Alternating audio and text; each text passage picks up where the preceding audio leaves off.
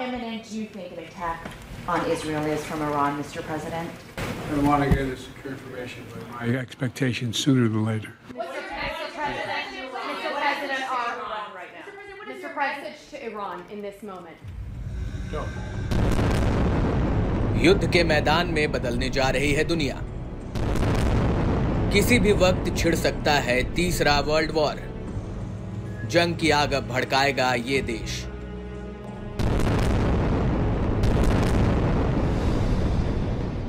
रूस यूक्रेन जंग, इजरायल और हमास जंग के बीच एक और युद्ध शुरू होता दिख रहा है। दमिश्क में ईरान के वाणिज्य दूतावास पर हमले के बाद मध्य पूर्व में तनाव बढ़ गया है। ईरान ने हमले का आरोप इजरायल पर लगाया। इस हमले के बाद से ईरान ने इजरायल से बदला लेने की कसम खाई है। ईरान के सुप्रीम लीडर अयातुल्लाह खामेनेई ने बार बार इजरायल को अंजाम भुगतने की धमकी दी है।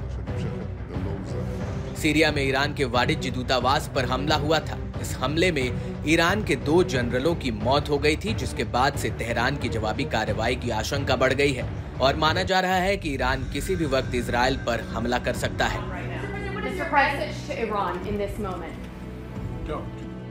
अमेरिकी राष्ट्रपति जो बाइडेन के इस बयान से युद्ध के कयास और बढ़ गए हैं, क्योंकि तनाव को देखते हुए अमेरिका समेत कई देशों ने खास एडवाइजरी जारी की है। वहीं अमेरिकी अधिकारियों ने मीडिया के सामने दावा किया है कि जल्द ही इजरायल के खिलाफ एक बड़े ईरानी हमले की आशंका है, जिसमें देश के अंदर सैन्य लक्ष्यों को निशाना बनाने वाले 100 से अधिक ड्रोन और दर्जनों मिसाइलें शामिल होंगी। इस बात से यह अंदाजा लगाया जा सकता है कि यह हमला कितना ज्यादा विध्वंसक होने वाला है।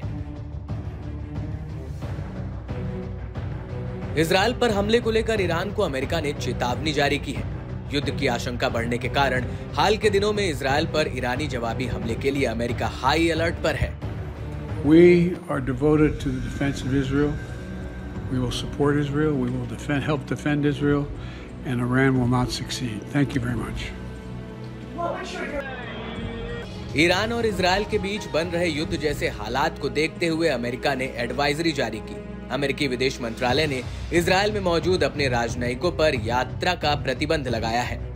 अमेरिकी दूतावास ने इजरायल में अपने राजनयिक कर्मचारियों को यरूशलेम, तेल अवीव और बीरशेबा के इलाकों से बाहर एहतियातन यात्रा न करने की सलाह दी है।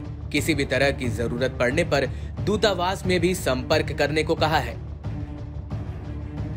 अमेरिका के साथ साथ भारतीय विदेश मंत्रालय ने भारतीयों को ईरान और इजरायल न जाने का सुझाव दिया। दोनों देशों में मौजूद भारतीयों को भारतीय दूतावास से संपर्क करने की सलाह दी गई है।